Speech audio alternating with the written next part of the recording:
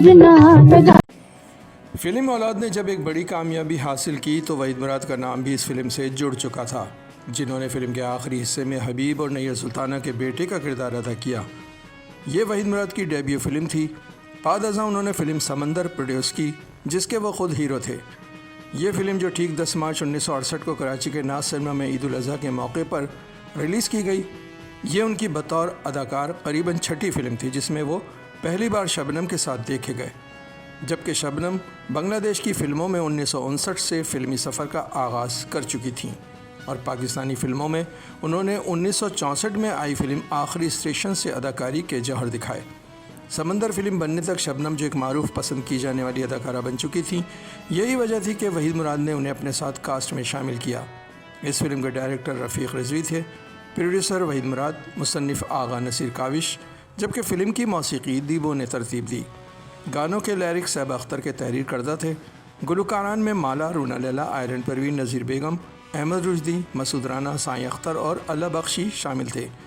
ये फ़िल्म जिसे रोमानवी और सोशल फ़िल्म करार दिया जाता रहा। इसके मुतालिक कहा जाता है कि ये फ़िल्म भारत की फ़िल्म नया दौर से मुतासिर होकर लिखी गई थी, जिसमें कुछ रद्दबदल करके इसे अपने मुताबिक ढाला गया। अगर किसी ने नया दौर बगैर देखी हो तो इस फिल्म को देखकर उनको उसके कुछ सीन्स, कुछ किरदार और कुछ डायलॉग्स नया दौर से मुमासलत रखते हुए दिखाई दिए होंगे। ये फ़िल्म समंदर की साहिली पट्टी पर आबाद एक मछेरों की बस्ती की है, जहाँ के लोग अपना गुज़र औक़ात समंदर से मछलियाँ पकड़ कर करते हैं। आबादी हंसी खुशी रह रही थी कि वहाँ एक जग्गू नामी बदमाश अपने कारोबार जमाने के लिए आधमकता है और अपनी जाबिराना हिकमत अमली और गुंडागर्दी से वहाँ के मकीनों की ज़िंदगी को अमन व अमान से खाली कर देता है। वो इन मछुआरों की कमाई से कटौती करता है और कुछ ऐसा आपसी भेदभाव दिखाता है कि ये बस्ती नफ़रत और झगड़ों की आमाजगाह बन जाती है।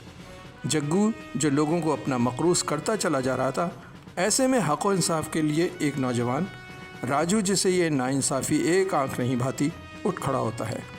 राजू एक दिलेर उसूल पसंद इंसान है। वो इस बस्ती के लिए मसीहा के तौर पर उनकी मदद करता है और इस जग्गू दादा से निजात दिलाता है।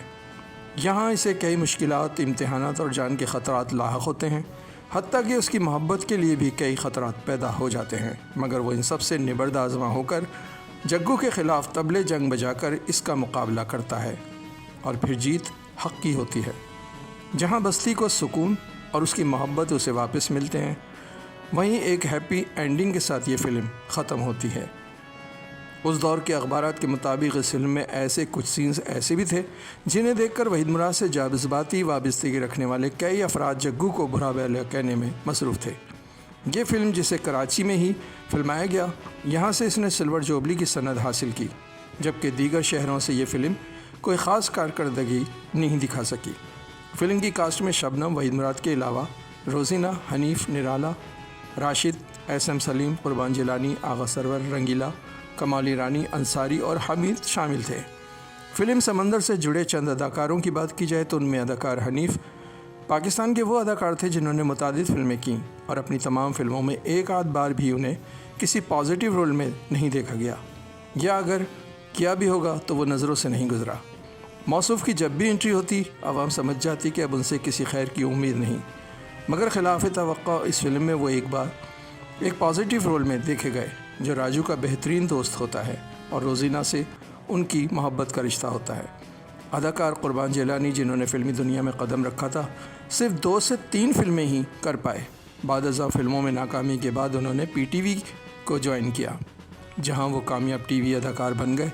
उनके बेटे अदनान जिलानी भी टीवी अदाकार हैं, मगर वो अपनी अदाकारी के बावजूद अदनान को अब तक नज़रअंदाज किया जाता रहा है, जो बहरहाल उनके साल से आती है। कॉमेडी अदाकार नज़र के बाद जिन कॉमेडी अदाकारों ने उस वक़्त फ़िल्मों में अपनी एंट्री दी, निराला का नाम सर फहरिस्त है।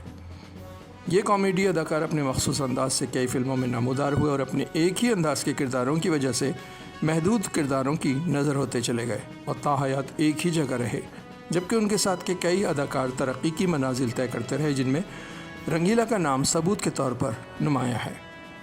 समंदर फ़िल्म इस वक्त यूट्यूब पर मौजूद है, मगर इसके प्रिंट पर वक्त की गर्दिश की धूल देखी जा सकती है।